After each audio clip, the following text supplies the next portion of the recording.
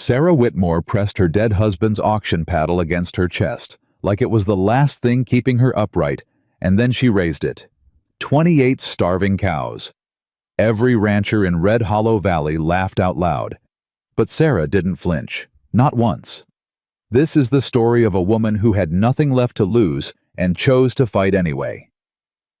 If this story moves you, subscribe and follow along to the very end. Drop your city in the comments. I want to see how far this story travels. The morning they buried Thomas Whitmore, the sky over Red Hollow Valley was the color of an old wound, pale and stretched thin, the kind of sky that promised nothing good was coming. Sarah stood at the grave until the last shovelful of dirt was patted flat. She didn't cry, not in front of anyone. The Hendersons were watching from across the fence line. Old Briggs had come in his good coat, which meant he was already calculating what Thomas's land might sell for. 3 of the younger ranch hands stood with their hats in their hands, not sure whether to leave or stay. She made the decision easy for them. "Thank you for coming," she said, her voice steady as a fence post. "I'll see you all at Sunday service." And then she turned and walked back toward the house alone. Inside, she sat down at the kitchen table where Thomas used to drink his morning coffee. His cup was still there. She hadn't moved it. She pressed both palms flat on the table and looked at the numbers she'd written the night before. The night before he died, before the doctor's bag came out, before everything changed. $31 in the ranch account. 4 months of mortgage remaining on a loan Thomas had taken from Samuel Briggs 2 winters ago when the last calf season came in short. 14 cows. 3 of them too old to calve again. The summer grass already burning back at the edges before July had even truly begun. She sat with those numbers for a long time. Then she picked up Thomas's cup, walked to the sink, washed it carefully, and set it to dry. She had work to do. The auction yard in Colton Creek smelled like it always did, dust and manure, and the particular nervous sweat of men who were either about to make money or lose it. Sarah arrived before 8 in the morning, which was early enough to walk the pens before the crowd thickened. She wore her good dress, which was also her only dress that didn't have a tear in the hem. She carried Thomas's leather bidding paddle because it was the only one she had. People noticed her. They always noticed a woman alone at an auction the way they noticed a crow sitting on a fence, not threatening exactly, but out of place enough to watch. She didn't pay the watching any mind. She walked the pens methodically the way Thomas had taught her. You look at the eyes first, then the feet, then the body condition last because the body can lie. A cow can look thin from poor feed rather than poor health. And those were 2 entirely different problems with 2 entirely different solutions. The cows in pen 7 were the ones everyone else had already walked past. 28 of them, mixed breed ranging from 2 years to maybe 6. Their ribs showed. Their hip bones pressed against their hides like tent poles under canvas. 2 of them were lying down in the far corner when they should have been standing. The auction tag read, "Distressed lot drought relocated minimum bid." A man in a brown coat stopped beside her. She recognized him. Pete Garvey ran a mid-size operation out near the creek bend. "Don't waste your time on this pen, Mrs. Whitmore," he said. It wasn't unkind the way he said it. It was the tone men used when they thought they were being helpful to someone who didn't know better. "Those animals came off the Harmon place. Harmon let his water situation go too long. Half of them won't make the summer." "Which half?" Sarah asked. Pete blinked. "Beg your pardon. Which half won't make it? Do you know, or are you estimating?" He looked at her the way men looked at her a lot since Thomas died, like he was trying to figure out if she was being genuine or difficult. "I'm estimating," he admitted. "Then I'll do my own estimating," she said, and turned back to the pen. She spent 20 minutes in there. She checked feet. She checked eyes. She ran her hand along spines and felt for the kind of muscle wastage that meant a body was giving up versus the kind that meant a body had simply been hungry too long. She noted which ones raised their heads when she moved through. She noted which ones shifted their weight when she pressed against their flanks, pain response or just alertness. She counted 16 that she believed could come back with proper management. She counted 12 that were harder to read, but not impossible. She walked out of that pen with mud on the hem of her good dress and a number in her head. The bidding started at 9. By 9:45, pen 7 came up. The auctioneer, a wide man named Dolby, who'd been running this yard for 20 years, announced the lot with the particular flatness of a man who already knew what was about to happen. 28 head mixed, distressed condition, no guaranteed health on any animal. Minimum opening at $12 for the lot. The crowd barely stirred. Someone in the back laughed under his breath. Sarah heard it clearly. She was standing near the front because she had positioned herself near the front. $12, she said, and raised Thomas's paddle. Dolby looked at her, looked at the paddle, looked back at her. We have 12 from Mrs. Whitmore, is it? Whitmore, she confirmed. The crowd did what crowds do. It turned. It looked. It murmured. Samuel Briggs was standing along the fence to her right, and she was aware of him without looking at him directly. She'd known Samuel Briggs since she was a girl. He was a large man, not tall, but wide and solid, the way old trees get, with a white mustache and the particular confidence of a man who had never in his adult life been told no for very long. Mrs. Whitmore, Briggs said, not raising his voice, just letting it carry the way he always did. You know what you're bidding on. 28 cattle, she said. Yes. 28 dying cattle. That's your assessment. That's the observable truth. He said it pleasantly. The crowd laughed, not cruelly, but the way people laugh when someone says the obvious thing they were all thinking. Thomas, God rest him, would not have bid on this pen. The mention of Thomas landed like a stone into still water. Sarah felt it move through her. She gave it exactly 2 seconds. Then she said quietly but clearly enough for the people nearest her to hear, Thomas isn't bidding, I am. Dolby cleared his throat. Do we have any advance on $12? Silence. The kind of silence that meant everyone was watching. Going once at 12. Going twice. Sold to Mrs. Whitmore. Getting 28 cattle from the auction yard to the Whitmore ranch required borrowing Jim Pelter's livestock trailer, which Jim lent her without comment, but with a look that said he expected to see those animals dead within a month. It required 2 trips. It required most of the afternoon. By the time the last group walked slowly, unsteadily, but walked through her gate, the sun was getting low, and the heat was still sitting heavy on everything. Sarah's neighbor, Ellen Marsh, had come by while she was out, left a pot of soup on the porch step, and gone home without waiting to be thanked. Sarah stood at the gate and watched the cattle move into the east pasture. They were terrible to look at. She didn't flinch from that. They were thin and dry, and they moved with the hesitation of animals that had learned to expect disappointment, but they were moving. And when the first one lowered its head and found the grass sparse, as it was, it pulled a mouthful and then another. You're going to be all right, she said to no one in particular, or perhaps to all of them. She wasn't sure yet if that was true, but she intended to make it true. The Whitmore Ranch was 38 acres, which was not large by Red Hollow Valley standards, but had always been enough for Thomas's operation. 14 cattle, a kitchen garden, chickens, and a quarter-acre of hay put up for winter. The well was 18 feet and had held through dry summers before. The south pasture was the strongest grass. The north pasture was thinner but recovered faster after grazing. Sarah had grown up on a working farm in Missouri before marrying Thomas and coming west. She knew land. She knew how it spoke when it was healthy, and how it went quiet when it was dying. She had spent 14 years on this particular 38 acres, and she knew its moods the way you know a person you've lived alongside for a long time. She spent the evening walking the fences, checking water, and making a plan. The plan was this: she would divide the pastures.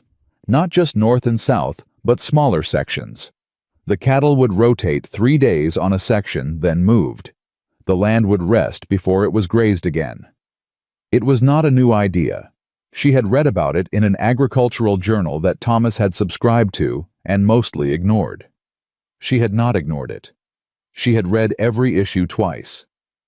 The second part of the plan was simpler and harder at the same time. She had $12 left in the ranch account after buying the cattle. The loan payment to Samuel Briggs was due in 4 months. She had 14 of her own cattle already on the land, and now 28 more to manage through what every reading of the sky and the soil and the slow retreat of the creek told her was going to be a punishing summer. She sat on the porch step after dark and did the math again the way you do when you're hoping the numbers will change if you look at them from a different angle. They didn't change. But she had seen those cattle pull grass tonight, and she had seen land come back before when it was rested. And she had made a decision at that auction yard, not because it was safe, but because she understood something that Pete Garvey and Samuel Briggs and every man who'd laughed in that yard had not understood. Those cattle weren't broken. They were hungry. And there was a difference. 3 days after the auction, Reverend Coles stopped by under the guise of pastoral concern and said 4 or 5 things that amounted to a single thing, which was that Sarah might want to consider whether she was in a position to take on additional livestock given her circumstances. "My circumstances," Sarah said, "are my own to manage, Reverend. Thank you for the visit." A week after that, 2 of Samuel Briggs's men rode past the fence line slowly enough that it was clearly an inspection rather than a passing. She watched them from the porch. She didn't go inside. She held their gaze, or the distant version of it, until they rode on. Ellen Marsh came for coffee on Thursday and said with the particular careful kindness of a good friend delivering bad news gently, "People are talking, Sarah. They're saying you're going to lose the whole place, that you bought those cattle in grief and you'll come to regret it." "What do you think?" Sarah asked. Ellen looked at her for a long moment. "I think you're the most clear-eyed person I know, and if you bought those animals, it wasn't in grief. But I also think you're carrying too much alone." "I'm all right," Sarah said. "I know you are." Ellen paused. "I just want you to still be all right come October." Sarah refilled her coffee cup and didn't answer immediately. Then she said, "Come out and look at the east section with me." They walked out together, and Sarah showed her the grass, how it was coming back in the section the cattle had grazed 4 days ago. Not lush, not what it would be in a wet spring, but coming back, green at the roots where brown had been. Ellen looked at it for a long time. She said finally. It was a small sound, but it carried weight. The real trouble started in the 3rd week of July, when the creek that ran along the south edge of the property dropped another 6 inches in 5 days. Sarah knew what that meant. She'd been watching it.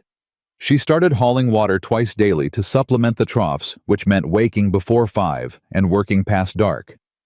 She adjusted the grazing rotation to keep the cattle off the driest sections. She sold 4 of her oldest original cows, the ones she'd already planned to cull, and used that money to buy a month's worth of additional hay stored at Pelter's barn. She didn't tell anyone she was doing this. She just did it. But the valley was small, and people talked. And by the end of July, the story making the rounds in Colton Creek was that Sarah Whitmore was hauling water by hand and buying emergency feed and would be out of money by September. It wasn't entirely wrong. But it wasn't entirely right either. What the story missed was this: her cattle, all 42 of them, now her original 14 and the 28 from the auction were holding. The new ones were gaining condition slowly. Not fast enough to be impressive, but steadily enough to matter. One morning she went out before dawn and found the 2 that had been lying down at the auction, the ones she'd been most worried about, standing at the fence line together watching her approach. She stopped. She looked at them for a long moment. "Well," she said quietly to herself, to them, to the lightening sky. "All right then." Mom, Samuel Briggs came to see her on a Tuesday in late July, and he came in his good coat, which was the 2nd time this summer he'd worn it, and Sarah noted that fact the way she noted everything. He stood in her yard and looked at the pastures, and he said, "I want to make you an offer, Mrs. Whitmore. Fair market value for the land, the original stock, the water rights. You could walk away clean, pay off the loan, have something left over." "What about the 28?" she asked. Briggs paused.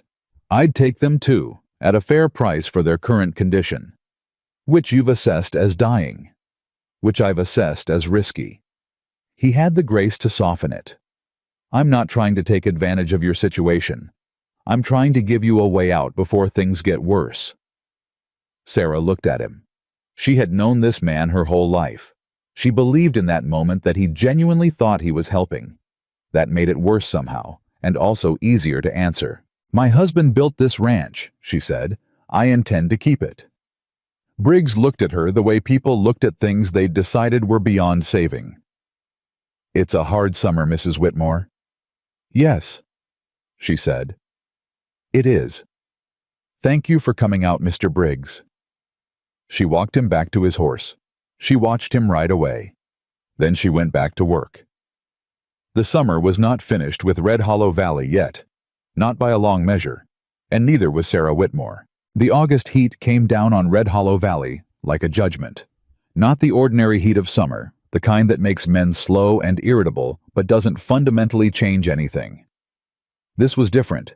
This was the heat that old-timers described in lowered voices, the kind that showed up once in a generation and reminded people that the land had its own opinions about who belonged on it. Sarah felt it the moment she stepped off the porch each morning. The air had weight. The ground cracked in new places every day, thin lines spreading out from the base of fence posts and along the edges of the dry creek bed, like something underneath was pulling apart. Her well was holding barely, but the sound it made when she pumped was a sound that made her stop and listen each time, the way you listen to a cough that's been going on too long. She didn't let herself think too far ahead. She had learned that from 14 years of ranching alongside Thomas, you manage the day in front of you. You don't let your mind run out to October while August is still trying to break you. But August was genuinely trying. She was out at the troughs before 5 every morning before the heat had fully committed to the day, moving cattle between sections with a patience and a consistency that the animals were beginning to trust. That was the thing people who didn't know cattle never understood. Trust was a practical matter with livestock, not a sentimental one. An animal that trusted the person moving it would go where it was directed with half the energy cost of an animal that didn't. And right now, energy cost was everything. Hetty Crane came by on a Wednesday with 2 jars of pickled vegetables and a look on her face that Sarah had learned to read. Hetty was a good woman and a genuine neighbor, but she carried news the way some people carried faith as a duty. I don't want to worry you, Hetty said, setting the jars on the porch table. Then don't, Sarah said pleasantly. Hetty pressed on with the determination of a woman who had decided something needed to be said. Samuel Briggs was at the feed store yesterday. He told Pete Garvey that you'd turned down a fair offer, and that come September, the bank, not him, the bank would be the one making the next offer. And that offer wouldn't be as generous. Sarah poured Hetty a glass of water from the pitcher. She poured one for herself. She sat down in Thomas's chair, the one she'd started sitting in because it faced the pasture, and she liked being able to see the cattle while she talked. Mr. Briggs has been generous with his predictions all summer, Sarah said. He has the loan paper, Sarah. He has 4 months left on that loan paper. That's not the same thing. Hetty looked at her with the complicated expression of a woman who wanted to argue and also knew she'd lose. You're the most stubborn person I have ever liked, she said finally. Thank you, Sarah said. How are your tomatoes doing? The rotation was working. That was the thing Sarah held on to through the 3rd week of August, when everything else felt like it was fraying at the edges. The rotation was working in the way that slow things work, not dramatically, not in a way that made anyone stop and say, well, look at that, but in the way that you could measure if you were paying attention, and you had been paying attention from the beginning. The east section, which she had rested for 10 days, came back with enough new growth that she could put 12 animals on it for 2 days without stripping it. The cattle she'd bought at auction, the ones Pete Garvey had written off, the ones Samuel Briggs had called dying, were gaining weight at a rate that was objectively slow, but real. She weighed them with the method Thomas had taught her, running her hand along the spine and assessing the fat cover, and the difference between where they'd been in July and where they were now was measurable. She started writing it down. Every evening she sat at the kitchen table, Thomas's cup still drying by the sink. She had never moved it to the cabinet. She thought of it as company, and she wrote in a ledger the condition assessment for each animal. The grazing section, the water consumption, the ground condition. Numbers and observations, specific and detailed. It had occurred to her that if this worked, she would need to be able to show it. Not just say it worked, not just stand in the pasture and point at living cattle, but show the logic of it in a way that could be followed by someone who hadn't been there from the beginning.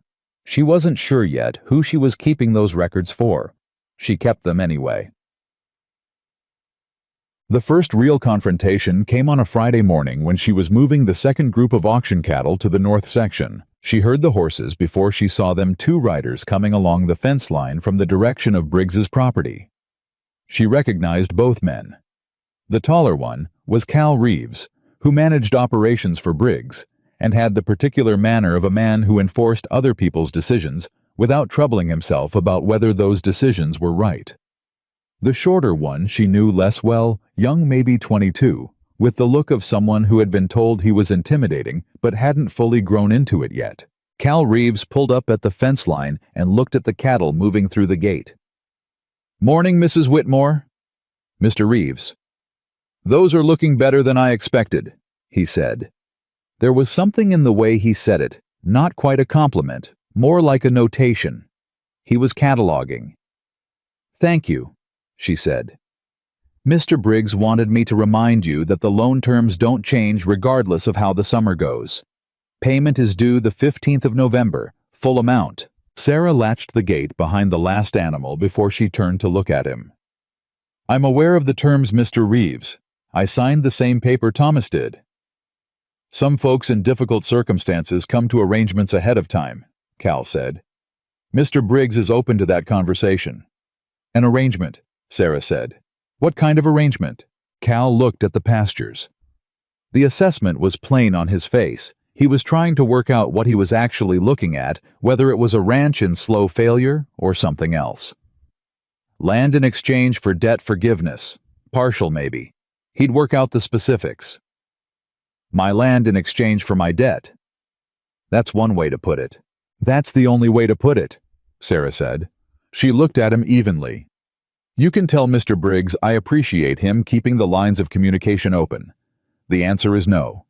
If the answer changes, I'll write over and tell him myself. Cal looked at her for a moment longer than was strictly necessary.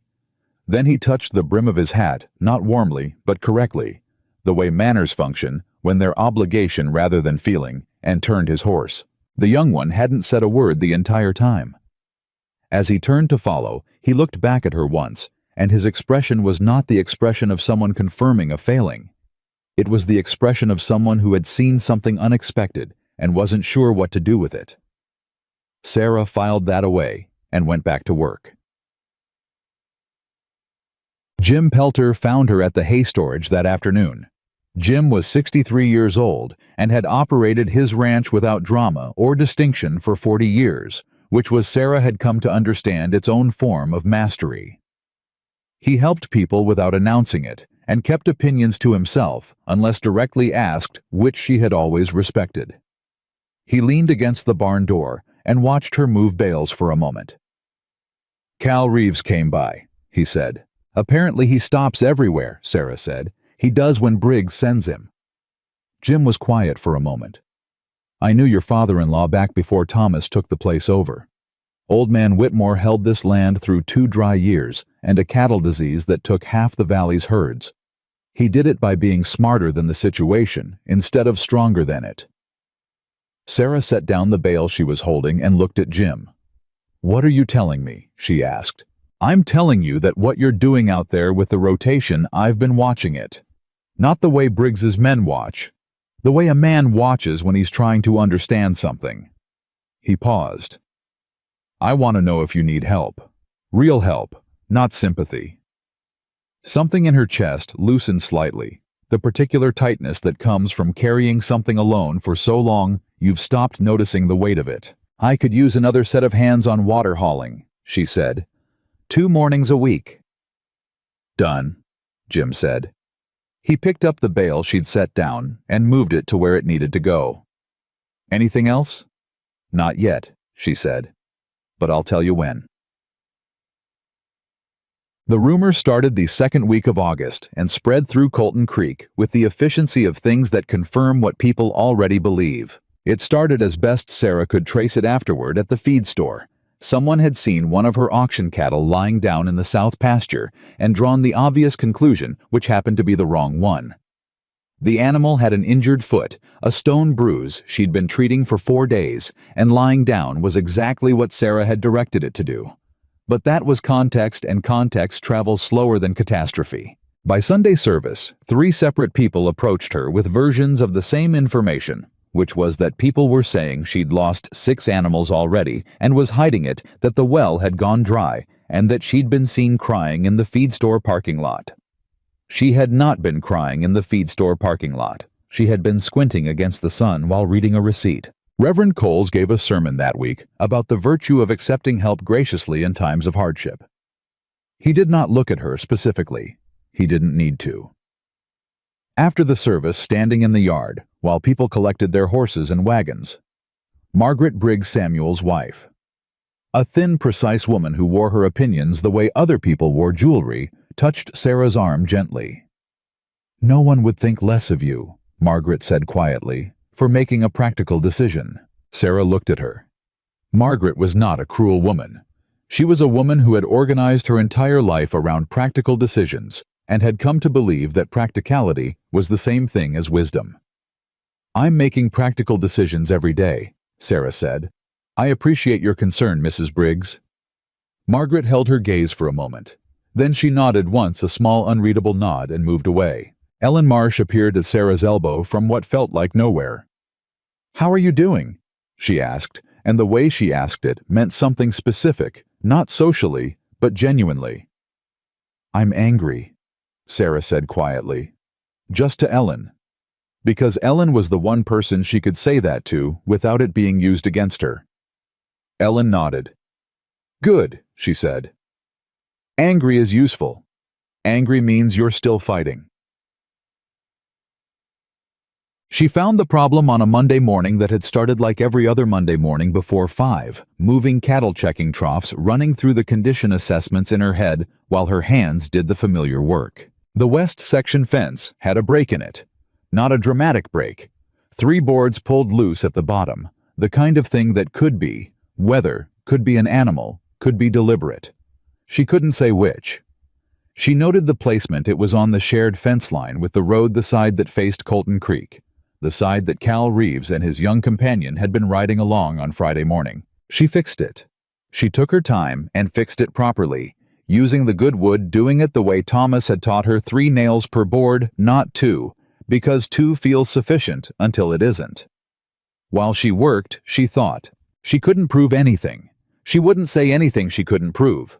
But she walked the entire fence line that afternoon, all of it, 3 miles of it in the August heat, and she found 2 other places where the wire was looser than it should be, not broken, but worked at, tested.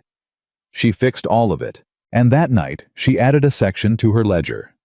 Not cattle weights and grazing logs. A different section in the back pages where she noted the date, the location, and the condition of each fence segment she'd inspected. She still wasn't sure who she was keeping records for, but she was becoming increasingly certain she was going to need them.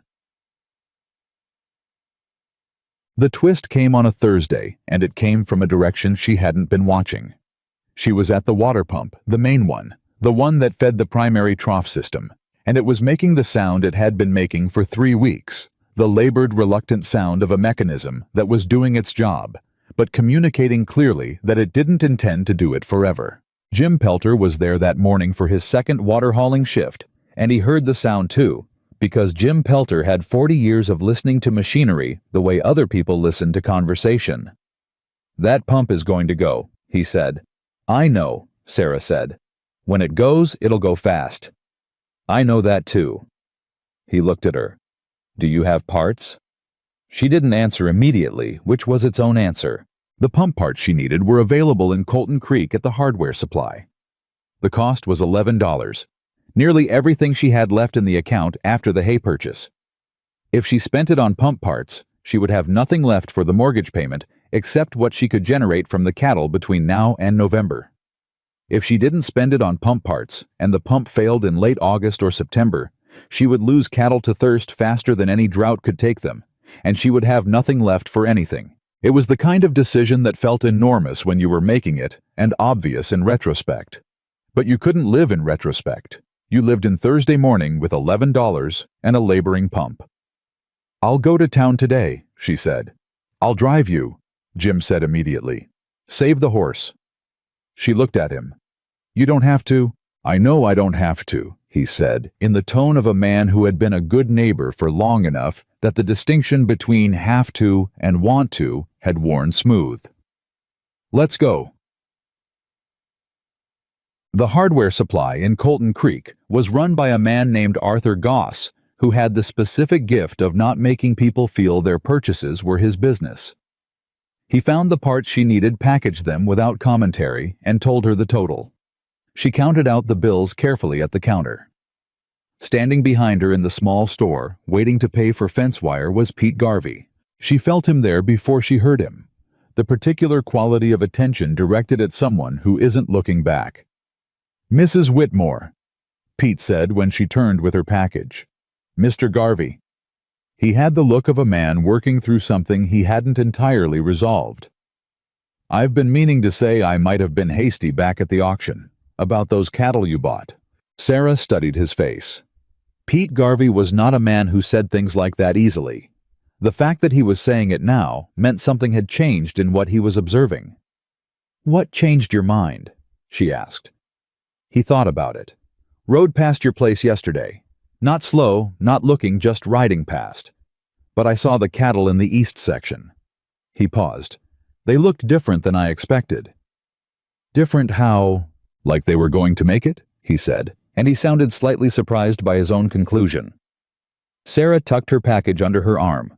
"Thank you, Mr. Garvey," she said. "That means something." She meant it. She walked out into the heat of the street, and she meant every word of it. The pump held through August. Barely grudgingly with the parts she'd put in on Thursday, but it held. September came in with a heat that felt almost insulted, as if the summer resented the suggestion that it might be ending. The grass that other ranches had been running cattle on since May was down to root level on most properties in the valley. Sarah had ridden out to assess it herself, not because it was her business, but because she needed to understand the full picture. What she saw troubled her. 3 ranches east of the creek had cattle standing in bare dirt. Not sparse grass, bare dirt the color of old bone. The animals were moving constantly, walking the perimeter of their pastures in the repetitive pattern that meant they were looking for something that wasn't there. One of those ranches belonged to a young couple named Aldous and Vera Finn, 2 years established cattle operation, 2 young children. She had met Vera at church. She knew them well enough to know they had come to Red Hollow Valley with everything they had and had not come expecting this summer. She rode back to her own place and stood at the fence line looking at her south section, which was not lush. Nothing was lush in this valley in September of this year, but was alive. Alive in the way that mattered. She made a decision. She rode to the Finn place that afternoon. Vera Finn came to the door with a toddler on her hip and the expression of a woman who had been managing fear carefully for so long that it had started to show around the edges. "Mrs. Whitmore," she said. The surprise was genuine. "Mrs. Finn, I have a section of pasture I can spare for short rotation. It won't last long, and it's not a gift I'll need you and your husband to help with my water hauling 3 mornings a week in exchange. But if you want to move 6 of your worst animals to my north section for 10 days, they can recover some condition before—" Vera Finn's free hand came up to her mouth. She pressed it there for a moment. "I'm sorry," she said, and her voice was steady but just barely. "I wasn't expecting anyone to— I'm sorry. Yes, we want that. Aldous." She turned inside. "Aldous, come here, please." Sarah stood on that porch and felt something she hadn't felt in a long time. Not relief exactly, not yet. Something quieter than that. The particular feeling of doing the right thing at the right moment, which is different from doing a good thing generally, and which registers in the body like something slotting into place.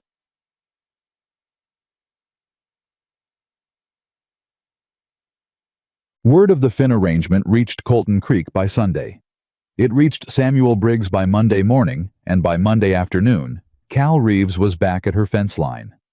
This time, he didn't mention the loan. He sat on his horse and looked at the pastures for a long time without speaking. Sarah stood at the fence and let him look. "Briggs wants to know your method," Cal said finally. "The rotation, how you're running it." She looked at him steadily. "Is that a request or a demand?" Cal had the grace to look slightly uncomfortable. "A request." "Tell Mr. Briggs I'm happy to answer questions." She paused. "When he asks them himself." Cal looked at her.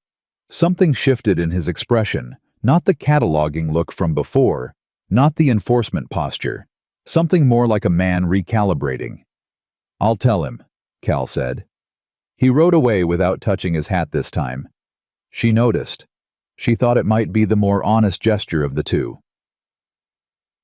That night, sitting at the kitchen table with her ledger open, Sarah did the accounting she did every night. Cattle condition, grazing logs, well level, pump status, fence inspection notes. And in the back, the section she'd started 3 weeks ago that tracked the other things, the visits, the fence damage, the timeline of pressure being applied to her in the particular organized way that suggested it was not accidental. She thought about the Finn cattle settling into her north section. She thought about Pete Garvey in the hardware store surprised by what he'd seen. She thought about Jim Pelter lifting that hay bale without being asked. Thomas used to say that the land tells you what it needs if you learn to listen.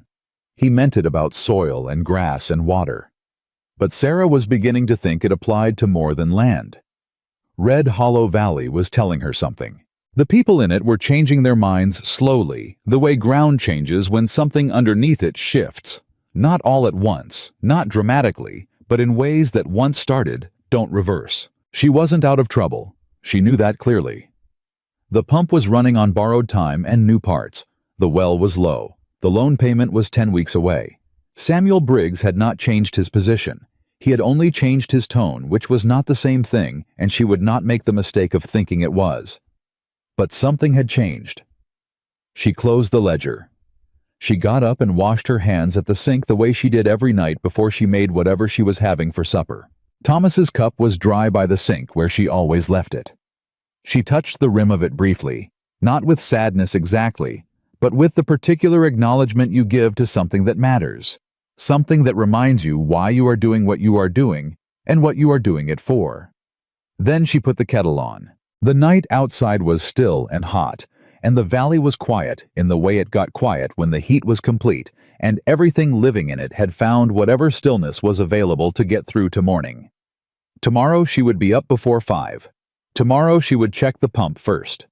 Tomorrow the cattle would need moving, and the fence on the south side wanted attention, and Vera Finn's husband was coming at 6 to learn the water hauling route. But right now it was tonight, and she was still here, and the land was still hers.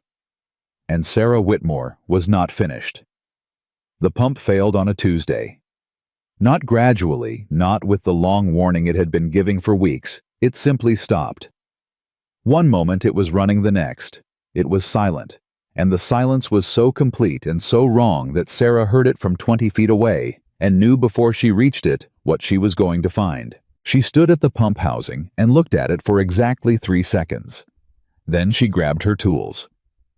She worked for 2 hours in the morning, heat her hands moving through the mechanism with the focused precision of someone who cannot afford to panic and therefore doesn't.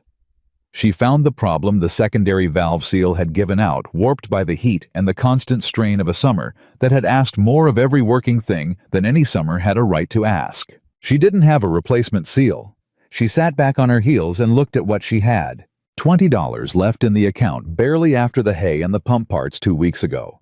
The seal would cost $3 in Colton Creek if Arthur Goss had it in stock, which he might or might not. The cattle needed water in the next 6 hours, or the stress would start showing in their condition. And condition she had spent 2 months building could be lost in 48 hours of serious dehydration in this heat. She made the calculation in under a minute. She saddled her horse, told herself she'd be back in 2 hours, and rode. She passed 2 ranches on the way to town that told her everything she needed to know about how the valley was doing. The Granger Place 12 years established solid operation had cattle penned in the smallest paddock, which meant Granger was concentrating his remaining water supply to one location. It was the decision of a man managing a shrinking resource, not a man who had resources to spare. She had ridden past that same paddock in June, and it had been half empty. The Morrison spread was quieter than it should have been for 10 in the morning. Quieter meant fewer animals. She didn't stop to ask. She rode. Arthur Goss had the seal. He found it in the 3rd drawer he checked, which felt like the specific mercy that the day needed, and he packaged it without mentioning her expression, which she appreciated because she was fairly certain her expression communicated more than she intended. She was back at the pump by noon. By 2 in the afternoon, water was running. She stood at the trough and watched the cattle come to it and drink the particular focused, earnest drinking of animals that are thirsty but not yet desperate, and she allowed herself exactly 1 minute of something that was not quite relief, but was adjacent to it.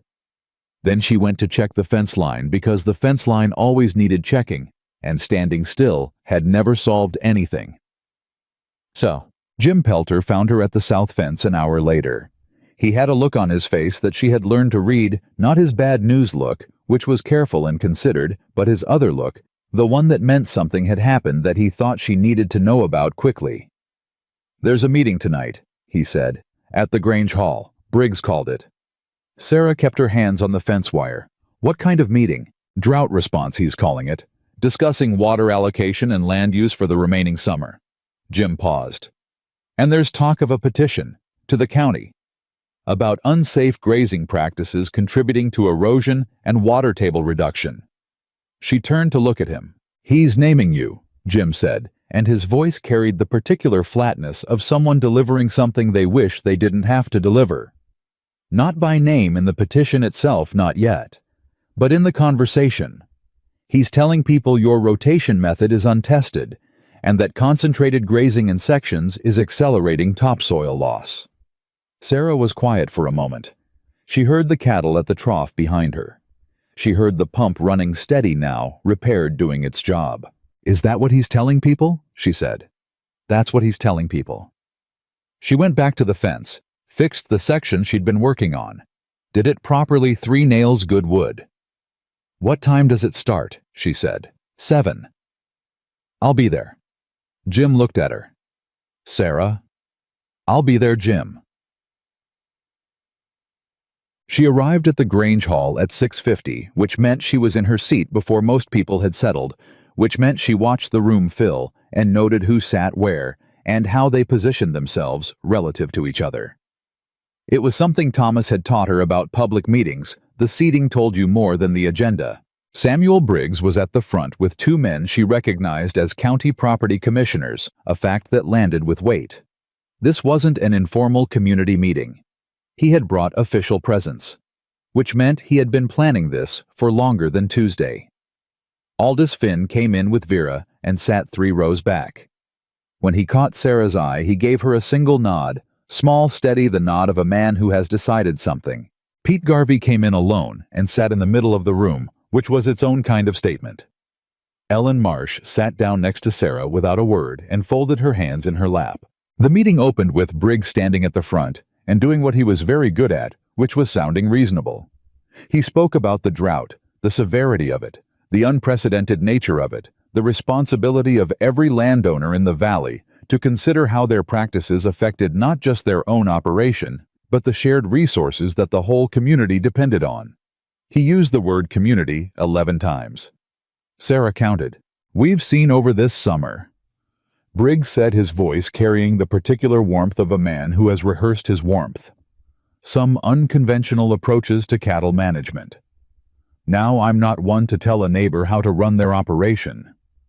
But when those approaches may be affecting the water table, affecting topsoil stability, affecting the resources that we all share, that becomes a community concern." He paused. "Let it settle. We've prepared a petition to the county land office requesting an inspection of grazing practices along the Whitmore Creek corridor. We believe it's a reasonable step. Responsible stewardship." The room was quiet for a moment. Then Aldous Finn stood up. He was 28 years old, lean from a hard summer, and he stood the way men stand when they've decided they're going to say something regardless of the consequence. "Mr. Briggs," he said, "with respect, my 6 worst cattle have been on the Whitmore North section for the past 2 weeks. They came back to me yesterday in better condition than they left. The section they grazed looked the same as when they went in, which is more than I can say for my own pastures." He paused. "I'd like to know specifically what erosion you're referring to." The room shifted. Sarah felt it. Briggs smiled the way he smiled when he was making an adjustment. "Aldous, I'm glad Mrs. Whitmore was able to help you out. That's what neighbors do. But one good outcome doesn't—" "I'd like to see the evidence," Pete Garvey said from the middle of the room. He didn't stand. He just said it clearly. "Not the theory. The actual evidence of erosion. Because I've ridden past that operation twice in the last month, and what I saw didn't look like erosion to me." The room temperature changed. Sarah felt it the way you feel a wind shift, not dramatically, but definitively. One of the county commissioners leaned toward Briggs and said something quiet. Briggs listened. His expression didn't change, but something behind it did. "These are concerns that an inspection would clarify," Briggs said. "That's the entire point of a professional assessment." Sarah stood up. The room went completely quiet. She had not planned to speak first. She had planned to listen to let the room develop to speak from data rather than reaction. But Aldous Finn had stood up and Pete Garvey had spoken from the middle of the room, and she was not going to let that courage sit unaccompanied. "Mr. Briggs," she said, and her voice was steady and clear and carried to the back of the hall without effort. "I welcome an inspection. I want to be clear about that. I welcome it. An inspection conducted fairly by a qualified assessor who has not been briefed by an interested party beforehand." She looked at him directly. "I have 8 weeks of grazing logs, soil condition notes, water consumption records, and cattle weight assessments. All of it dated, all of it detailed. I am happy to give that documentation to any county official who requests it." She paused. "I would also like to submit for the record my fence inspection log from August, which documents 3 sections of fencing on my property that were found in a condition inconsistent with weather or animal damage." The silence in the room was of a different quality now. Briggs's expression had not changed. He was too experienced for his expression to change in public. But the younger of the 2 county commissioners had looked up from his notes and was watching her with an attention that was professional rather than social. "That's a serious implication," Briggs said quietly. "It's a documented observation," Sarah said. "I haven't implied anything. I've described what I found and when I found it." Ellen Marsh beside her did not make a sound, but she pressed her hand briefly against Sarah's arm, a small firm pressure that meant, "I'm here. I see you. Keep going." The meeting ended without a vote on the petition. The younger county commissioner, his name was Harlan Webb. She learned afterward had asked for copies of Sarah's documentation before any petition was formalized. Briggs had agreed to this with the smooth agreement of a man who had not expected the meeting to go this direction and was now recalculating. The inspection, if it happened, would be conducted by the county assessor's office, not by anyone Briggs had suggested. Outside the hall in the dark, Aldous Finn shook her hand. His grip was firm and his eyes were direct. "Thank you," he said. "For the cattle and for tonight." "Thank you for standing up first," she said. "That took something." He shook his head. "Not really. Not after what you've done all summer." He looked at her with the particular regard of someone who has been watching from a distance and has drawn their conclusions. "Vera wants to know if you'll come for supper Sunday." "Tell her yes," Sarah said.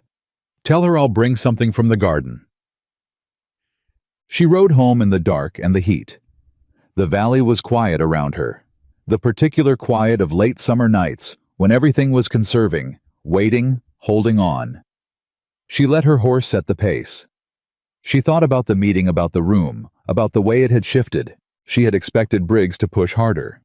She had expected the petition to have more support than it did. The fact that it had met resistance, real resistance from Aldous Finn and Pete Garvey and the unnamed dozens who had simply not raised their hands in agreement, told her something she hadn't been sure of until tonight. The valley was changing its mind. Slowly. Not completely. Not enough to solve anything by itself. But changing. She was a mile from home when she heard the horse behind her. She didn't turn immediately. She registered the sound, assessed the pace, one horse, walking, not riding hard, and then she turned. Cal Reeves. He pulled up 10 feet from her and stopped.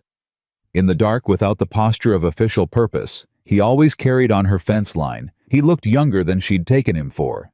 Maybe 30. Maybe less. "Mrs. Whitmore," he said. She waited. "I want you to know," he said. And then he stopped, and she could hear him working through whatever he had come to say. "I want you to know that the fence, the sections you found, that wasn't my doing. I was told to ride the line. I rode the line. That's all I did." Sarah looked at him in the dark for a long moment. "Who told you to ride the line?" she said. "I work for Mr. Briggs." "That's not what I asked." He was quiet. She let him be quiet. Then he said, "It came from above me. That's all I'll say." "All right," she said. She thought about it. "I believe you, Mr. Reeves." He seemed surprised, like he'd expected argument. "Briggs didn't send you here tonight," she said. It wasn't a question. "No, ma'am." "Then why did you come?" Another silence. Longer this time. "Because you documented it," he said finally. "And if this goes to county, if there's a formal inquiry, I'm not willing to be the man who takes the fall for something he didn't do." She held his gaze. "If you have information relevant to a county inquiry, you should give it to Harlan Webb directly, not through me." "I know that." "Then we understand each other." He touched his hat genuinely. This time she thought not as formality, and turned his horse back toward the Briggs property. She watched him go. Then she rode the last mile home, thinking about all the things that had just changed in the last 3 hours and what she was going to have to do next. Harlan Webb came to the ranch on a Thursday with a measuring rod and a soil assessment kit, and the quiet, methodical manner of a man who had been doing his job long enough that he'd stopped caring what result any given party wanted him to find. Sarah showed him everything. She walked him through every pasture section. She showed him the grazing logs, 8 weeks of entries, everyone dated, everyone specific. She showed him the water records. She showed him the cattle, which were not impressive by any standard except the standard of what they had been in July. Webb walked the land quietly, making his own notes, asking precise questions that she answered precisely. When they reached the section nearest the creek, the section that Briggs's petition had specifically named, Webb crouched and pressed his hand into the soil. He did this in 3 places. He made notes. He said nothing. At the end of the inspection, he stood at the gate with his notes and looked at her. "Your soil compaction readings are lower than the surrounding properties," he said. "Lower compaction means better water retention. Better water retention means less runoff." He paused. "The creek corridor on your land is in better condition than it was showing 6 months ago in the previous assessment." Sarah kept her expression still. "I'll put that in the report," Webb said, "along with the grazing methodology. The county office doesn't see many operations run this way." Another pause. "They should." He shook her hand. He drove away. She stood at the gate for a moment. Then she went back to check the pump. The letter arrived from the county land office the following Monday. It was addressed to Samuel Briggs, with a courtesy copy to Sarah Whitmore, and it stated in the formal language that government offices use when they are declining to do something that the petition for investigation of the Whitmore property had been reviewed and closed, pending no evidence of the erosion or water table impact described. The assessment had found the opposite condition. Any future petitions of this nature would require documented evidence of harm prior to initiating investigation. Sarah read it twice at the kitchen table. Then she folded it and put it in the ledger in the back section with the fence notes and the meeting record and the dated observations she had been keeping since August. She made coffee. She sat in Thomas's chair. Outside, she could hear cattle moving, the familiar sound of animals doing what healthy animals do. moving and grazing and being alive in the particular unself-conscious way of creatures that don't know anything about county petitions or loan papers or the political geography of a valley in a hard summer. She thought about Thomas.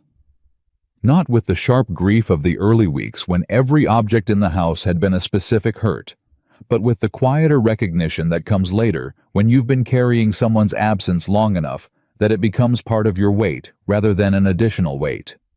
He would have handled this differently. He would have been angrier more openly, and then he would have gotten very quiet and very deliberate. He was not a man who backed down, but he was also not a man who wasted energy on the wrong target. She thought he would have been proud of the fence logs. She thought he would have been prouder of the grazing records. She thought, and this was the thought that had been forming slowly all summer, that had not been fully articulable until this moment, that she had done something this summer that was not merely surviving Thomas's absence. She had done something in her own right with her own understanding in a direction he might not have gone himself. That was a different thought than the ones she'd been having. She sat with it for a while. Sir, the hardest moment came that afternoon, and it came in the form of Samuel Briggs himself. Not Cal Reeves, not a letter. Briggs. He came alone, which she had not expected. He left his horse at the gate, which was a deliberate thing. A man who ties his horse at the gate is announcing he doesn't expect a long visit, but he's also announcing he came in good faith. She met him at the gate. He was quieter than she'd ever seen him. The man she knew operated at a consistent volume, not loud, but present, occupying the space around him as a matter of habit. This was a version of him that had less air in it. "I got the county letter," he said. "I expected you did." He looked at the pastures for a moment.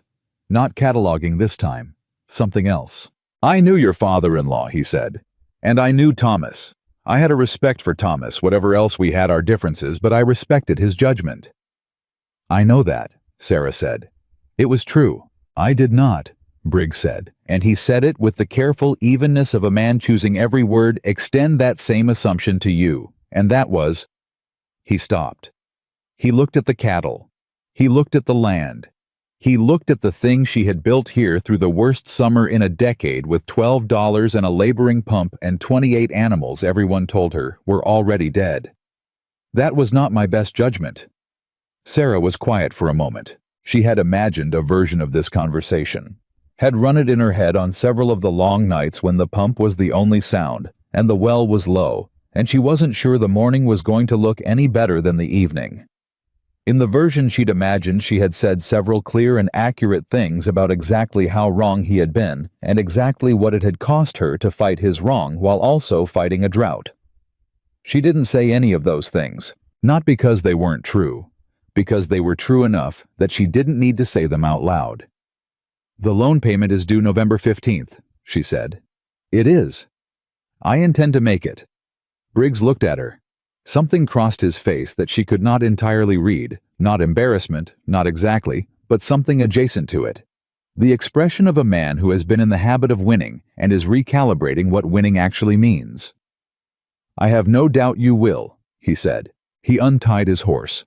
He mounted up with the slight effort of a large man getting older, and he looked down at her from the saddle. "The young couple," he said.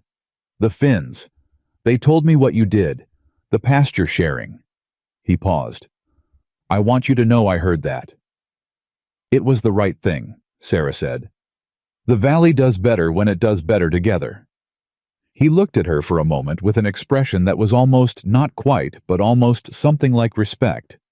Then he rode away. She stood at the gate until he was out of sight.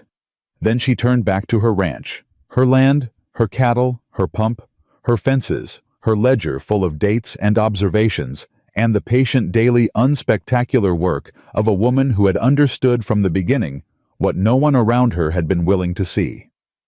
The worst of the summer was not behind her yet. The well was still low, the loan was still coming, the pump was still running on repaired parts in heat that had not broken, but something had broken tonight that was not her. And Sarah Whitmore understood standing at the gate of the ranch that Thomas had built, and that she intended to keep that survival was not a single moment. It was not the letter from the county, or the meeting at the Grange Hall, or the look on Samuel Briggs' face when he said what he had said. It was every morning she had gotten up before 5. Every fence board she had nailed with 3 nails instead of 2. Every entry in the ledger. Every cattle she had looked at and said, "You're going to be all right." It was all of it accumulated, ordinary, relentless. It was the only kind of survival that lasted. The rain didn't come in September. It didn't come in the first week of October either, and by the second week, Red Hollow Valley had the particular exhausted stillness of a place that has stopped expecting relief and started simply enduring. The creek was a memory of itself. The wells that hadn't been maintained were gone. 3 families east of Colton Creek had already made the decision that Sarah had refused to make, they had sold, or were in the process of selling, and the valley that had felt crowded with neighbors in June was beginning to feel like it had gaps in it. Sarah noticed every gap. She knew every family that corresponded to every empty pasture. She did not let herself look away from what was happening around her because she had believed since the beginning of this summer that you could not make good decisions about your own situation if you refused to see clearly what was happening to the situation around it. Her own situation was this 42 cattle all living. The auction animals, the 28 that had been called dying on a June morning that felt like a different century now, were in better condition than anyone who had watched her lead them off Jim Pelter's trailer in July would have believed possible. Not fat, not the picture of abundance, but strong in the particular way that animals get strong when they've come back from something hard, a steadiness to them, a quality of endurance that showed in how they moved and how they stood and how they handled the heat that had not relented. The pump was running. The well was low but holding. The grazing rotation was in its 10th week, and the land, her land, was doing something that the surrounding properties were not doing. It was resting in the right places at the right times, and recovering in the way that rested land recovers quietly and without announcement.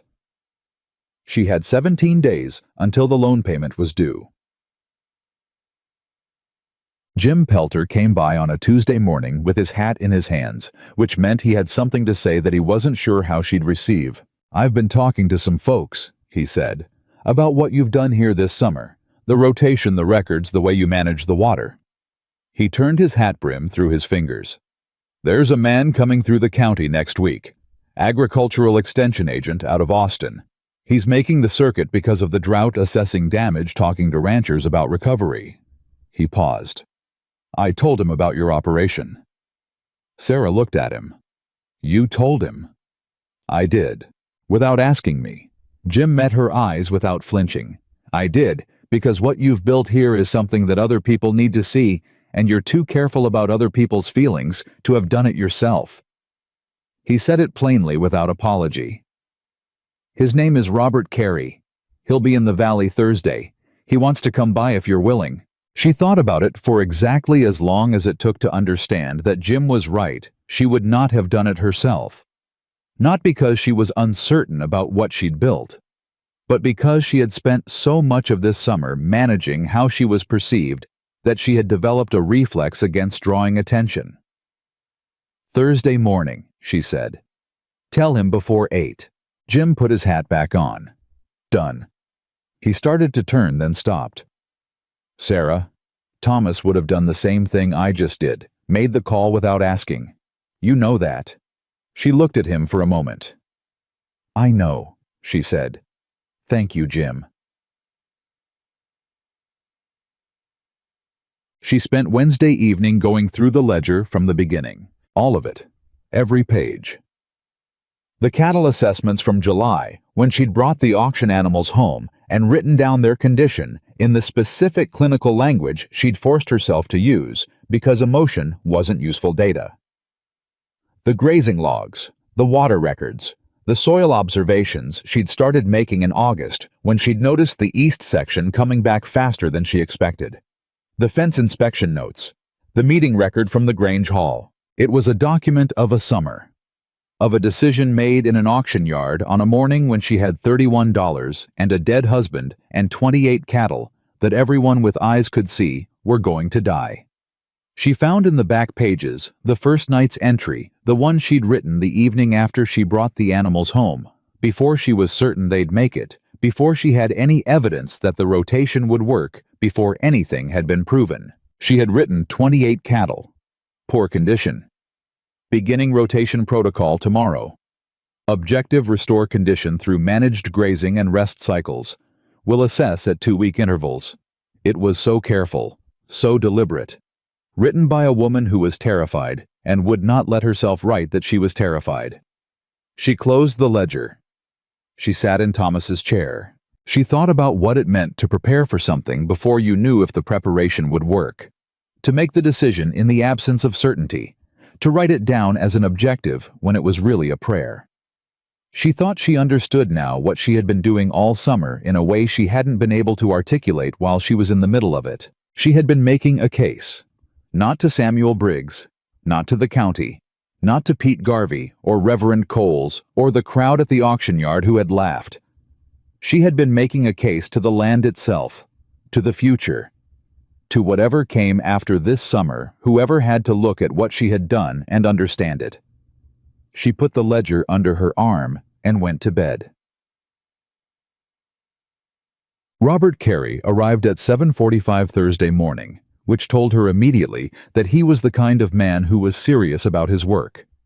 He was younger than she expected, maybe 35, with wire-rimmed glasses and the sun-darkened skin of someone who spent more time in the field than at a desk. He shook her hand the way men shook hands with other men, which she also noticed and appreciated. She walked him through everything. All of it starting with the pasture sections and moving through the rotation schedule, showing him the physical evidence, the recovered sections, the soil texture, the grass root depth in the rested areas versus the areas she had not yet cycled through. Carey moved through the land the way Webb had moved through it, methodically, making his own notes, asking precise questions. But where Webb's questions had been regulatory, is there erosion, is there runoff? Carey's questions were technical, interested. The questions of someone trying to understand a system, not audit it. "Where did you learn this method?" he asked. They were standing in the east section, the one that had come back the most dramatically. "Agricultural Journal," she said. "My husband subscribed. I read it more than he did." Carey looked at her. There was something in his expression that she recognized the recalibration she'd seen on several faces this summer, the slight shift that happened when someone revised their initial assessment. "How many cattle did you start with at the rotation?" he said. 42 total, 14 original and 28 from auction in late June. Condition of the auction animals at acquisition. "I wrote it down," she said, and handed him the ledger. He stood in the east pasture and read. He read carefully, turning pages at the pace of someone who was actually reading and not skimming. She watched him reach the August entries and slow down further. She watched him reach the back section, the fence notes, the Grange Hall, record the county letter. He closed the ledger and looked at her with an expression that was direct and entirely without condescension. "Mrs. Whitmore," he said, "this is one of the most complete drought management records I've seen from an independent operation in this state." She held his gaze. "The cattle did most of the work," she said. "I just gave them the conditions to do it." He smiled briefly, not the patronizing smile of someone humoring her, but the real smile of someone who recognized a good answer. "May I take a copy of this when I go? I'd like to include your methodology in the Extension Office's drought response documentation." "You can have the original," she said. "I know it by heart." The conversation that changed the next 2 weeks happened not with Robert Carey or Harlan Webb or any of the official parties who had passed through her gate over the course of the summer. It happened with Vera Finn on a Sunday afternoon over coffee at the Whitmore kitchen table. Vera had come alone. Aldous was with the cattle, the children with his mother, and she had brought a jar of honey from their hives, which she set on the table with the careful deliberateness of someone delivering something they wanted to be sure was received. They had been talking for an hour about ordinary things. Children winter preparations, the state of the road from the Finn property to town, when Vera set down her cup and said quietly, "Can I ask you something direct?" "Please," Sarah said. "How did you know?" Vera said. At the auction, with those 28 cattle. How did you know it would work? Sarah thought about it honestly, the way she would have thought about it if she were writing it in the ledger. I didn't know, she said. I knew the logic was sound. I knew what I'd read and what I'd observed about how land responds to rotation. I knew those animals were hungry rather than broken, which is a different condition with a different prognosis. She paused. But knowing the logic is sound isn't the same as knowing it will work. I didn't know that. I decided to act as though it would work and then do everything in my power to make the logic come true. Vera was quiet for a moment. That's terrifying, she said. Yes, Sarah agreed. It is. But you didn't show it. I showed it at night, Sarah said, when no one was watching.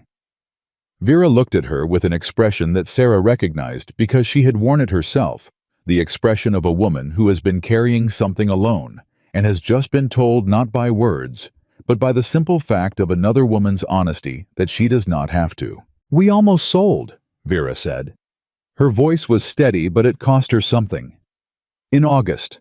Aldous didn't tell me how close it was until last week. He didn't want to worry me. She looked at her coffee cup. He should have told me. I could have helped figure something out sooner. Men do that, Sarah said. They think protecting you from the problem is the same as solving it.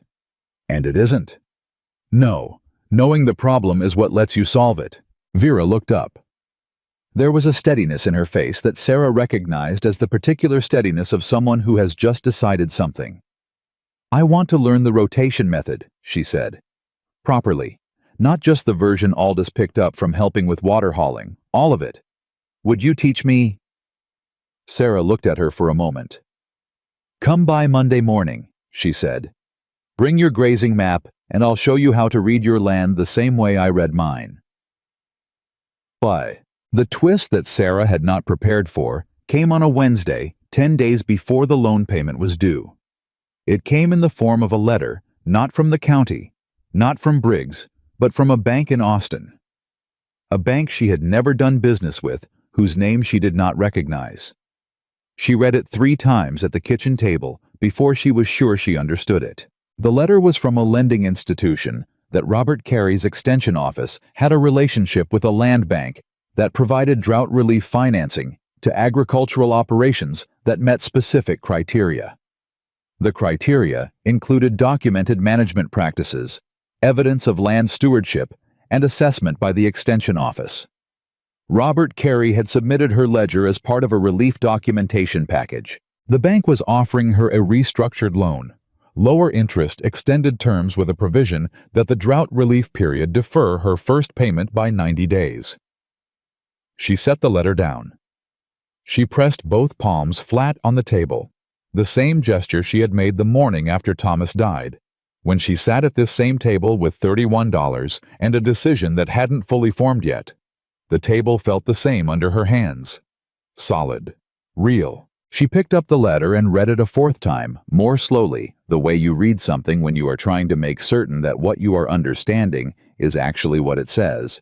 It was what it said. She put it in the ledger. She rode to Jim Pelter's property that afternoon.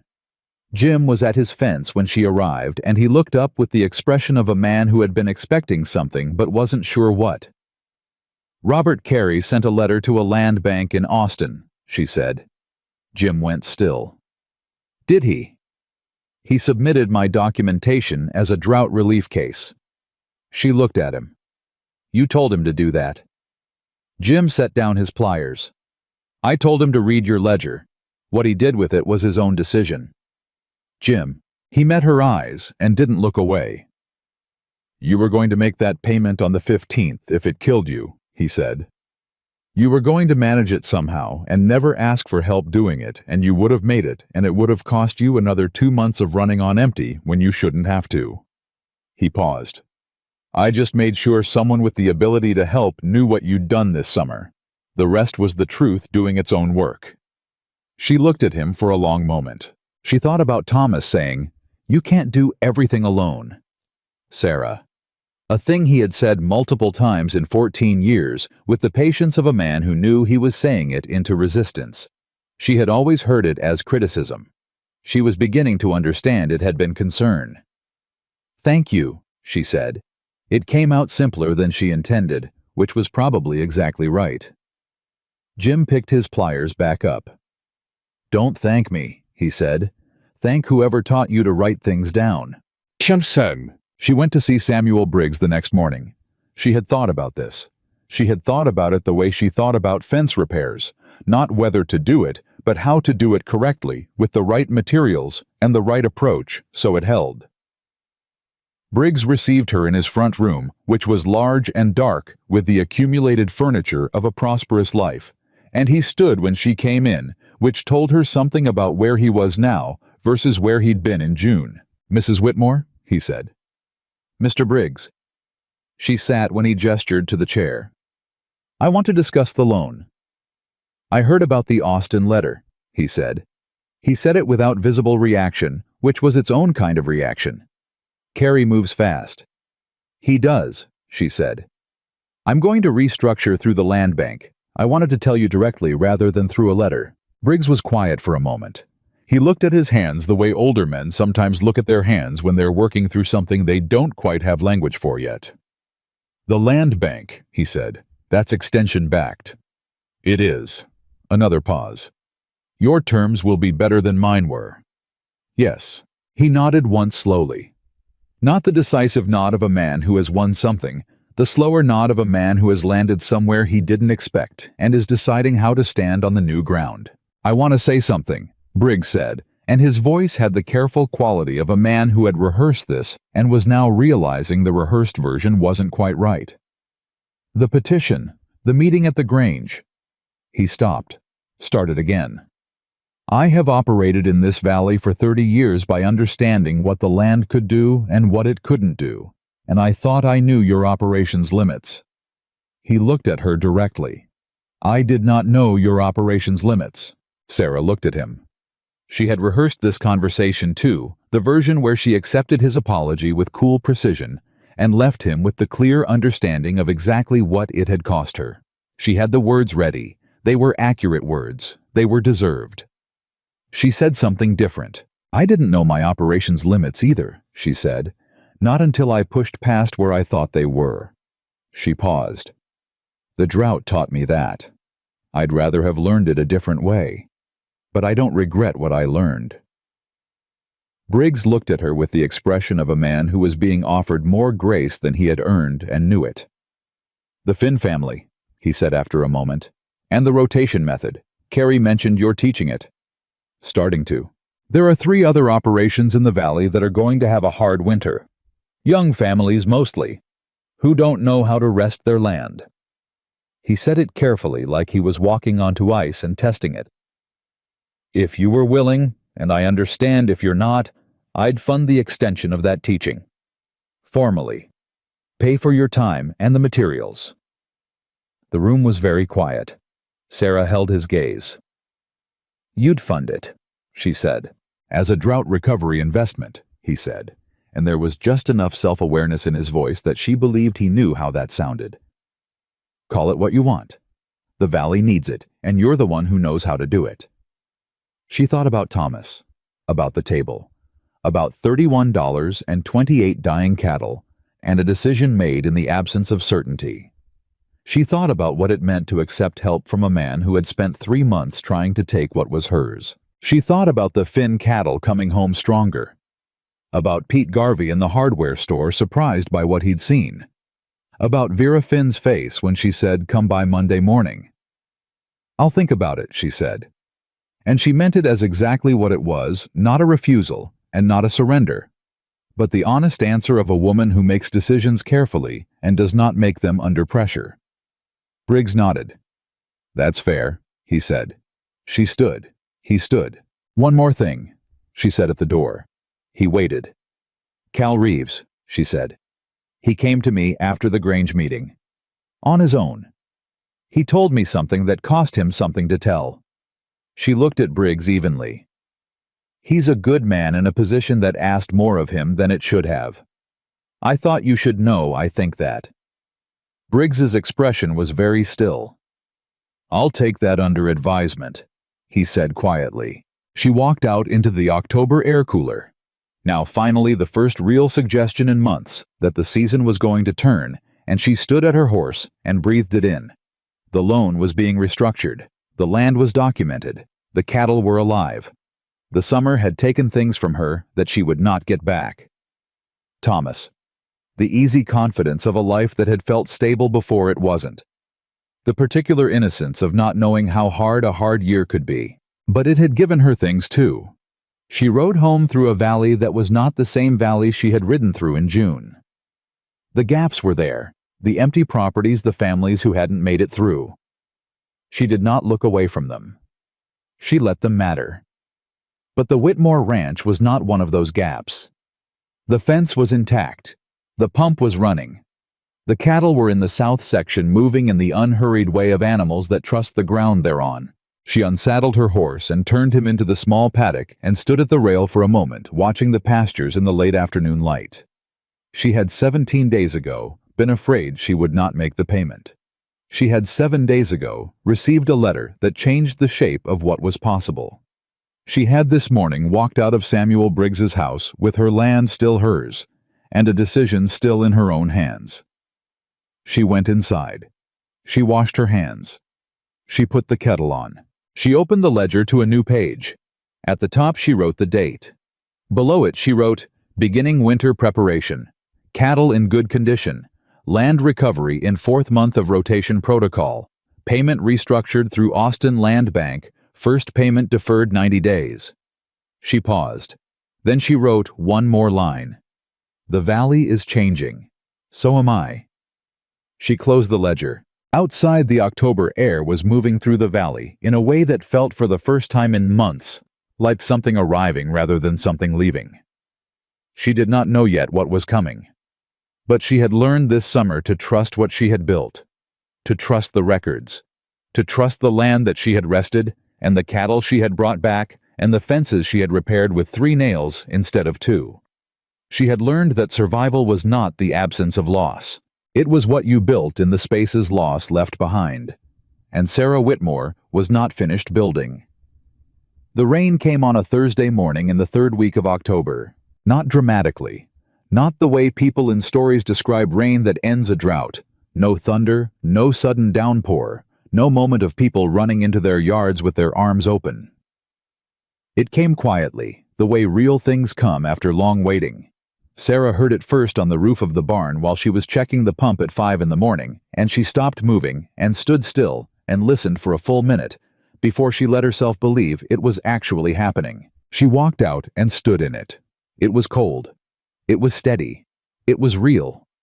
She stood there until she was wet through, and she did not feel the cold, the way she normally felt the cold, and she did not cry, the way she had not cried since the morning of Thomas's burial.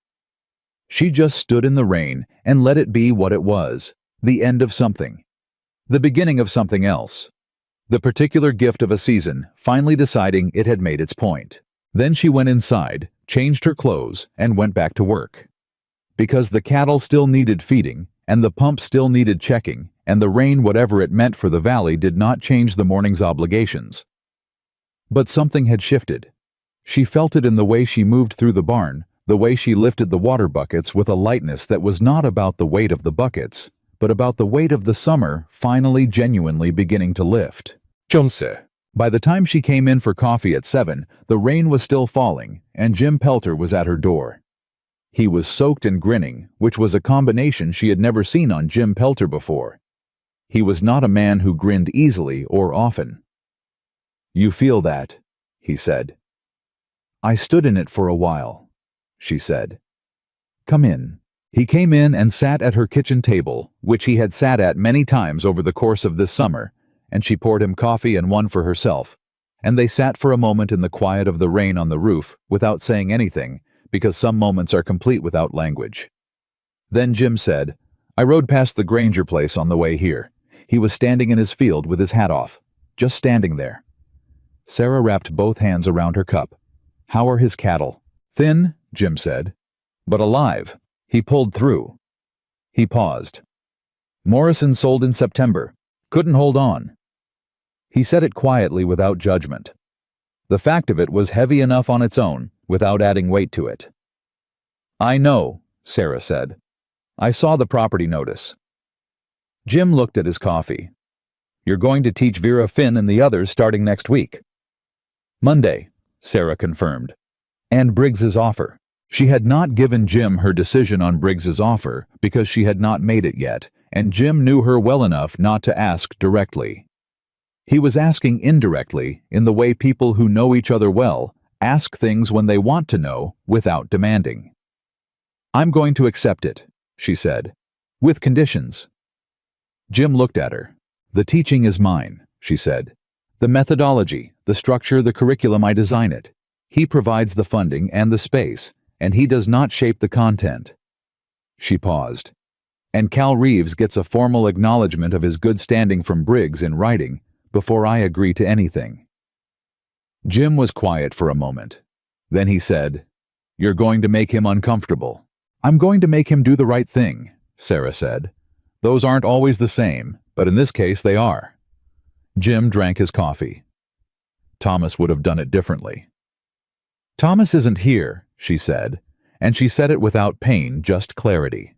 The statement of a fact that had stopped being a wound and become simply true. I'm here, and I'm doing it my way. Jim set down his cup. He looked at her across the table with the expression of a man who has watched someone build something from nothing and is still slightly surprised every time by what was built. Yes, you are, he said. She met with Briggs 2 days later. He received her in the same front room with the same accumulated furniture, and she noticed that he did not make her wait. This time, he was at the door when she arrived, which was a small thing that meant something. She laid out the conditions clearly in the order she had decided on. He listened without interrupting. When she finished, he was quiet for a moment. Cal Reeves, he said first. Not the content condition or the curriculum condition or the funding structure. Cal Reeves. In writing, Sarah said. A letter stating his professional conduct was satisfactory and that his departure from your employ, if he chooses to depart, reflects no negative assessment. Briggs looked at her. You're assuming he wants to leave. I'm assuming he deserves the option, she said. A man who came to me in the dark because he wouldn't take a fall for someone else's actions has more integrity than his current position is using. That's a waste. Something moved across Briggs's face, complicated, layered the expression of a man confronting something accurate about himself, delivered without cruelty. And the curriculum, he said. You design it. Completely, Sarah said. You may observe, you may not direct. Another pause. Longer this time. All right, Briggs said. She had expected resistance on at least one point. The absence of it told her something she filed away carefully. Briggs was not at his core a man who wanted to be wrong. He was a man who had been wrong and had enough self-knowledge, finally, to want to stop being wrong. That was not the same as a good man, but it was a workable man. One thing I want to add, Briggs said. He said it carefully the way he had said things carefully since the evening he came to her gate. The Morrison property. It went to a land holding company out of Houston. They'll run it into the ground inside 2 years. They don't have anyone who knows this valley. He looked at her. I'm buying it back. Before the winter. He paused. I want to run the rotation method on it. With a family operation not my own. A young family who needs land and doesn't have capital. Sarah looked at him steadily. That's a significant thing, she said. I've been in this valley 30 years, Briggs said. I'd like the next 30 years to look different than the last. She thought about what he was saying. She thought about the gaps she'd ridden past, the empty properties, the families who hadn't made it.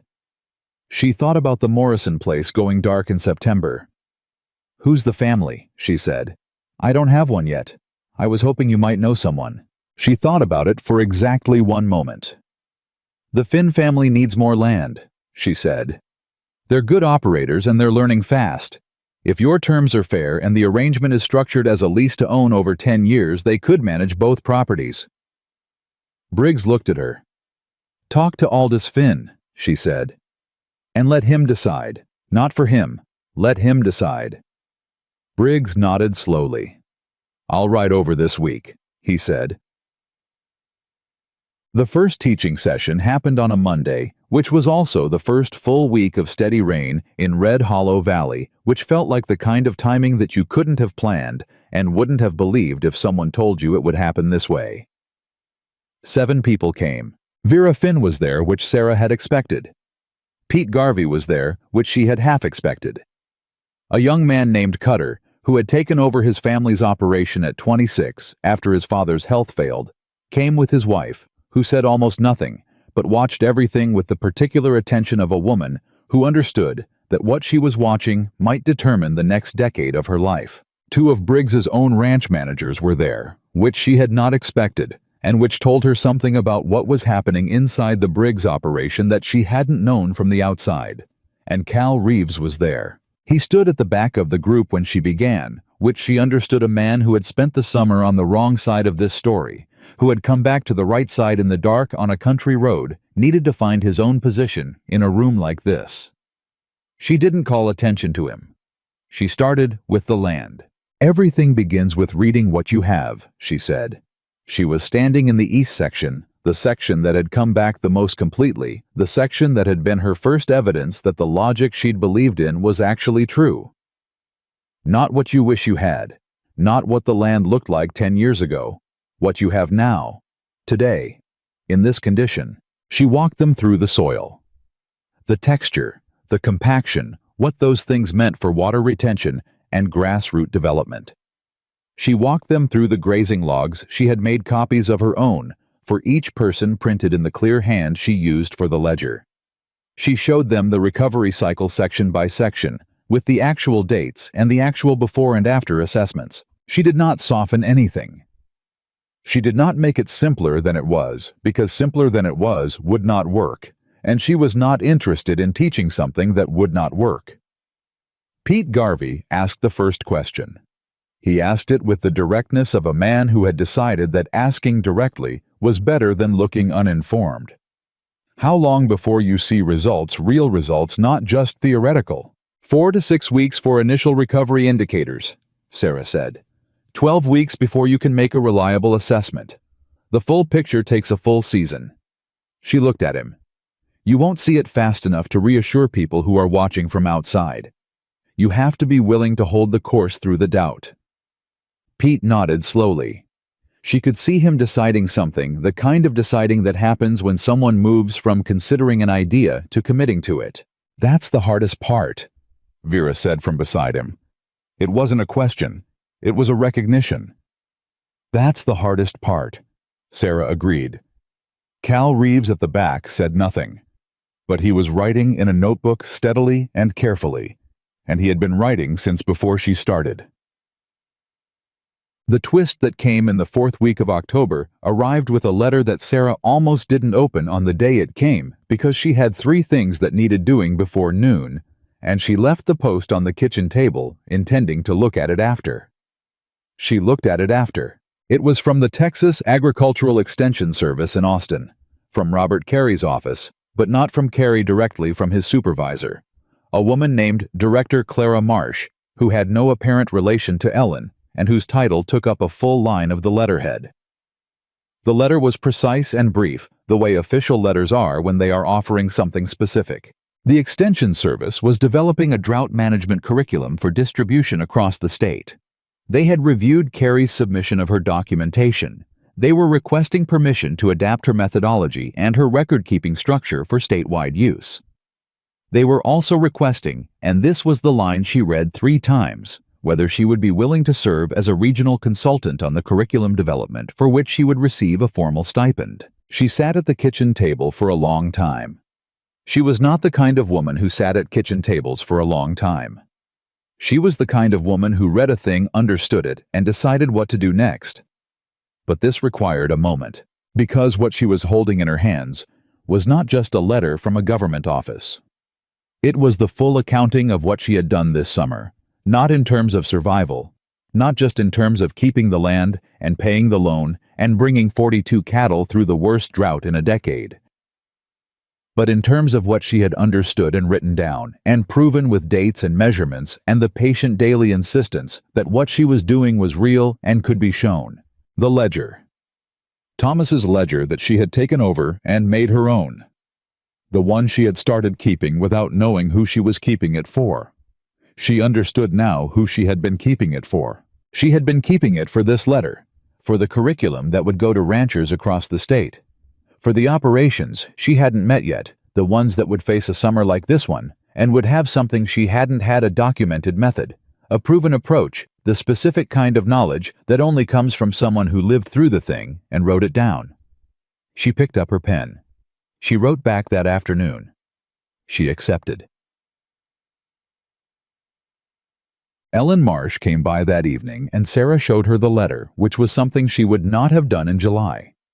In July, she had been managing information carefully, understanding that showing uncertainty or surprise could be used against her.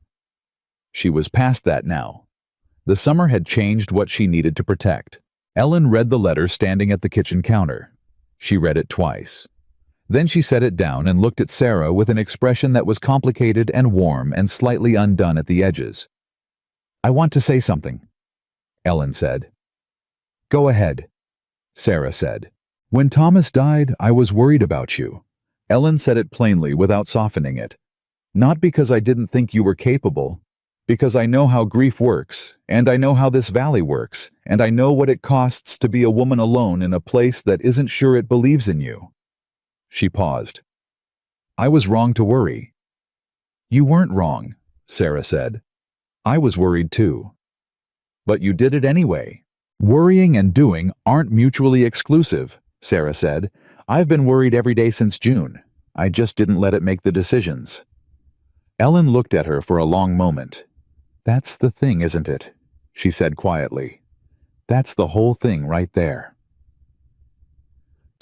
The afternoon that completed the summer, the moment that Sarah would return to in the months and years that followed when she tried to understand what the summer had actually been about, happened not at a meeting or a hearing or a kitchen table. It happened at the fence line. She was walking the south fence the way she still walked it weekly because the habit of checking had not left her, and she did not intend to let it when she heard a horse and looked up to see Cal Reeves. He was not riding for Briggs anymore. He had given his notice the week before she'd heard, and he had the letter Briggs had written, the good-standing letter she had required as a condition, in his coat pocket. He had told her this at the teaching session briefly, without making it into a larger thing than it was. He pulled up at the fence line and looked at her. "Mrs. Whitmore," he said. "Mr. Reeves, where are you headed?" "Finn Place," he said. Aldous asked if I'd take a look at his north section. The new acres. The Morrison land. The acres that Briggs was in the process of arranging for the Finn family, the lease to own that was being drawn up by a lawyer in Colton Creek. He wants to know how to set up the rotation on an unfamiliar piece of land. Sarah looked at him.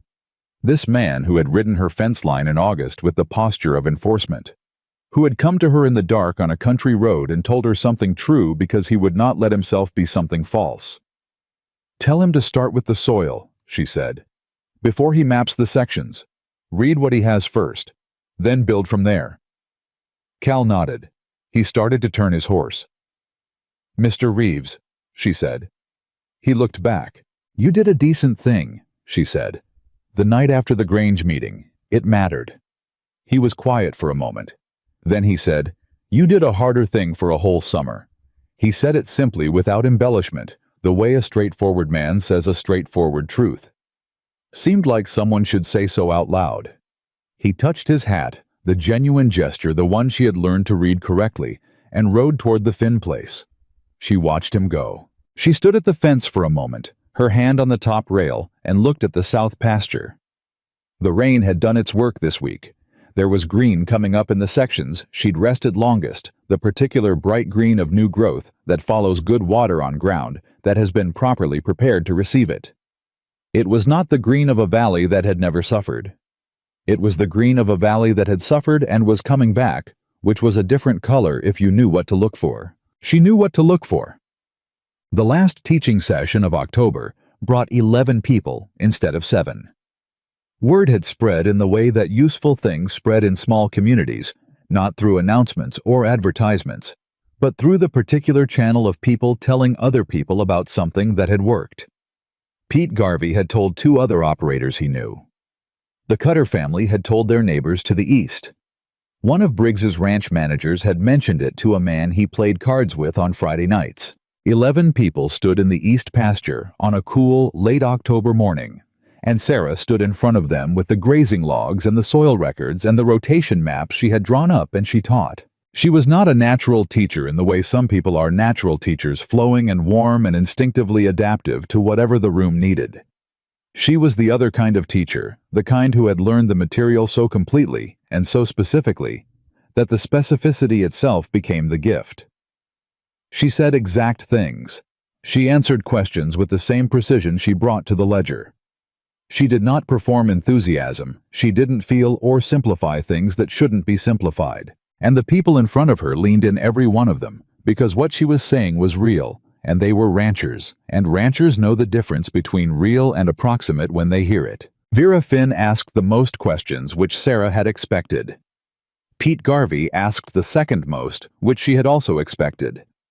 The young woman from the Cutter family, whose name was Rose, and who had said almost nothing in the first session, asked one question that was the best question anyone asked all morning. "When you're in the middle of it," Rose said, "when it's the worst of it and you can't see whether it's working yet, what do you go back to? What keeps you on the method when everything around you is saying stop?" The question landed in a quiet that meant everyone else in the group was asking it too in their own way. Sarah thought about it honestly. "The records," she said. "I go back to what I wrote down when I could still see clearly, before the doubt came in. I read what I observed and what I decided and why I decided it, and I trust the person who wrote that more than I trust the fear that's talking to me in the hard moment." She paused. "Fear is loud," she said. "The truth is quiet. You have to have written it down somewhere you can find it when the noise gets bad." Rose nodded. Not the polite nod of someone accepting an answer. The deep nod of someone receiving something they needed.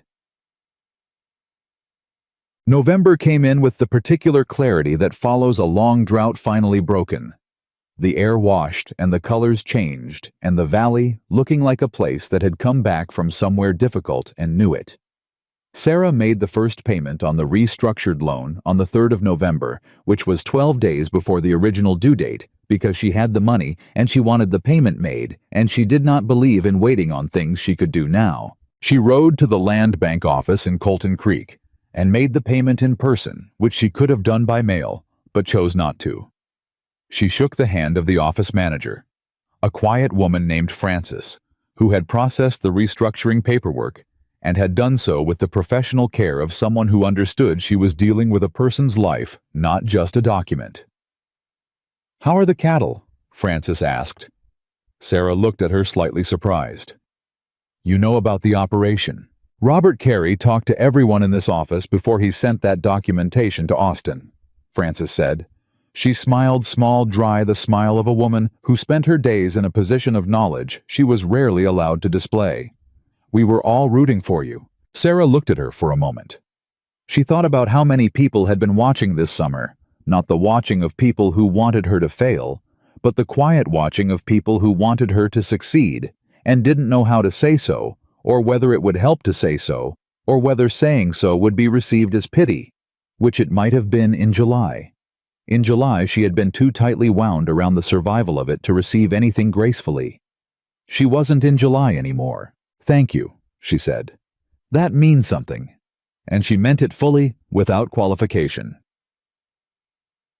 She was riding home from Colton Creek when she passed the old Morrison place, the Finn Acres now, or almost the paperwork finalizing at the end of the month, and she saw Aldous and Cal Reeves at the far fence line, moving together through the land, with the focused, unhurried movement of 2 men reading something carefully. She did not stop. She lifted her hand as she passed, and Aldous saw her and lifted his in return. Cal was bent over the soil and didn't look up. But she had seen enough. She had seen what the summer had made. not just her own survival. She had known that was possible from the beginning, in the deep part of herself that she didn't show anyone, the part that had looked at 28 dying cattle and seen something alive in them. She had known the survival was possible. She had not known what it would build beyond itself. It had built Vera Finn learning to read her land. It had built Pete Garvey changing his mind slowly and publicly.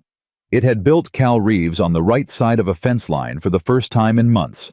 It had built 11 people in a pasture on a cool October morning, learning to trust the quiet truth over the loud fear.